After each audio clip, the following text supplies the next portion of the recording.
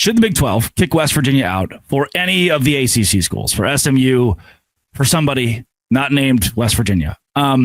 This is the single stupidest idea of all time.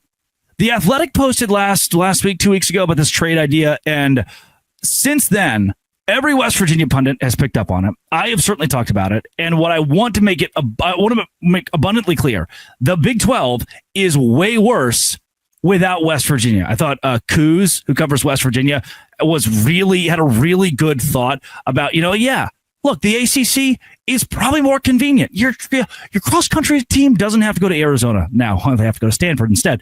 But ultimately, the Big 12 is a much better spot because of number one, to me at least, the ACC has slapped you in the face so many times. If you're a West Virginia fan, and I've mentioned this a billion times in this show, I grew up in Arkansas, Valonia, Arkansas, 4,000 people.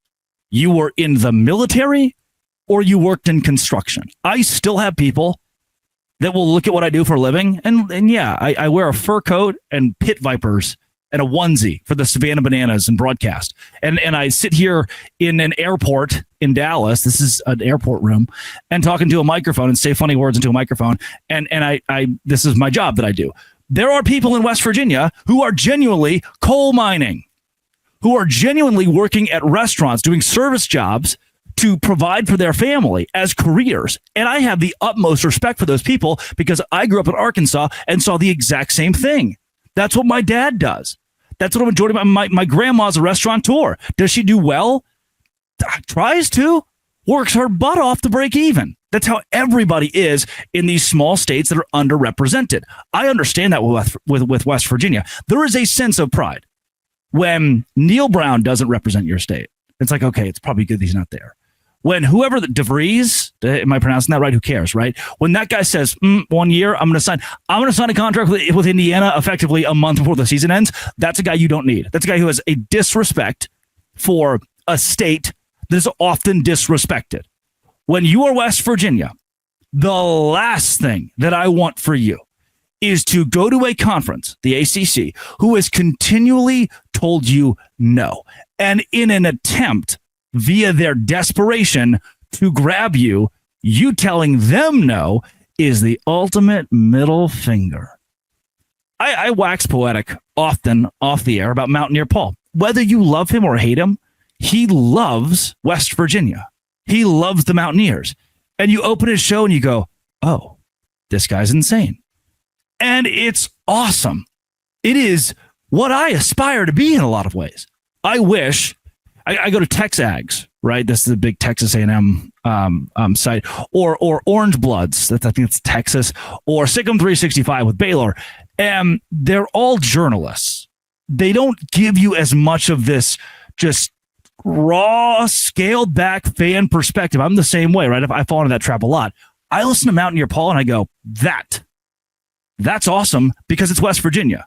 Because it's someone who loves West Virginia and who gets it. I don't get it. I haven't lived there, right? But having lived in Arkansas, I understand how you are underrepresented or misrepresented often if you are a West Virginia fan. And so, number one, the league who has told you no continually, why on earth would you want to make that your home? I would hope the West Virginia fans have the wherewithal not to want that, not to want the ACC because, oh, well, now we get Pitt. Boss man, here's my second point. You ready? Welcome to my sermon. 3 points here, maybe 4. We'll see. The Big 12, despite losing Texas and Oklahoma to the SEC, actively have achieved a greater degree of stability far and away as compared to the ACC. Many analysts would agree.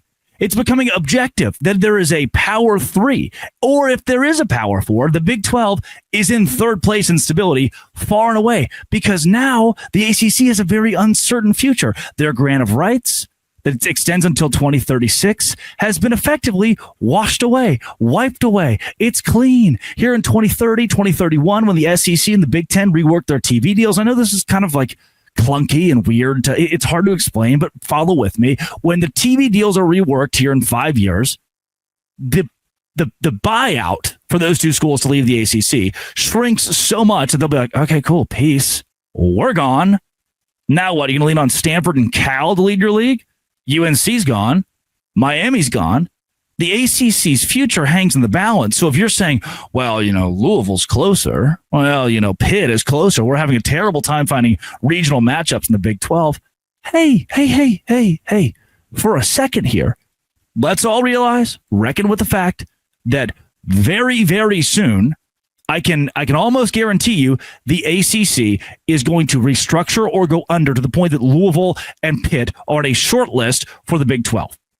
From there, West Virginia will have more regional matchups and more ability to now compete against schools that are within driving distance. And then here comes, maybe in Maryland is in there. You never know what the Big Ten is going to do. But here comes an NC State. And that's not crazy far. We're getting close. Or Virginia. That's not crazy far. We're at least getting closer. Or a Duke.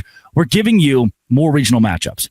It would be better to stay in the Big 12 than to bolt. And I say this a lot about the SMU situation. Their problem is they bolted. So now that they're in the ACC, if that conference falls apart, they're looking around going, oh, please, someone pick us. And everyone just saw you bolt. Everyone just saw you leave your league for the ACC, and no one wants to respect that or give value to that to add you to their conference. For West Virginia, if you stay put, you're more likely in 5 years to have regional matchups. Revenue distribution. The ACC, slightly more revenue per school, but the gap is not very big, and it's closing rapidly. Their media rights deal, lucrative as it seems, locked in for a longer period. It's not renegotiable. And so they're going to lose money. Ultimately, I say lose money, fall behind the Big 12 because they're not built for inflation. They don't have just like, hey, we're going to grow every year as inflation is crazy, like 7% or 10% or whatever it is. The ACC is like, oh, we forgot about that part. Great, cool. The Big 12 is just going to catch you then. And the Big 12 conference is much more competitive in football. Last year, the ACC had, I think, 0 top 25 matchups in basketball. And like maybe a couple in football. It was genuinely putrid. The Big 12, on the other hand, best basketball in the country, and West Virginia was competitive last season, and they will be competitive, I believe, in the years moving forward. And so I don't think it's time to jump ship to the ACC. I really don't. And again, the past ACC snubs are a big part of that for me. I think once the conference told you we don't want you, once you've lost out on that, like the Pac-12 did, the Oklahoma States and the Baylors of the world a couple of years ago when the Big 12 was falling apart, now you owe them nothing. Now I want you to give them nothing. Now I think your best move from here is to stick it out in the Big 12. And I hope the West Virginia fans agree. I hope the West Virginia fans, when they see all this jazz, are like, you know what? Yeah, we do like the Big 12. That's my goal, at least. Coming up, the Pac-12 is going under already. Locked on Big 12.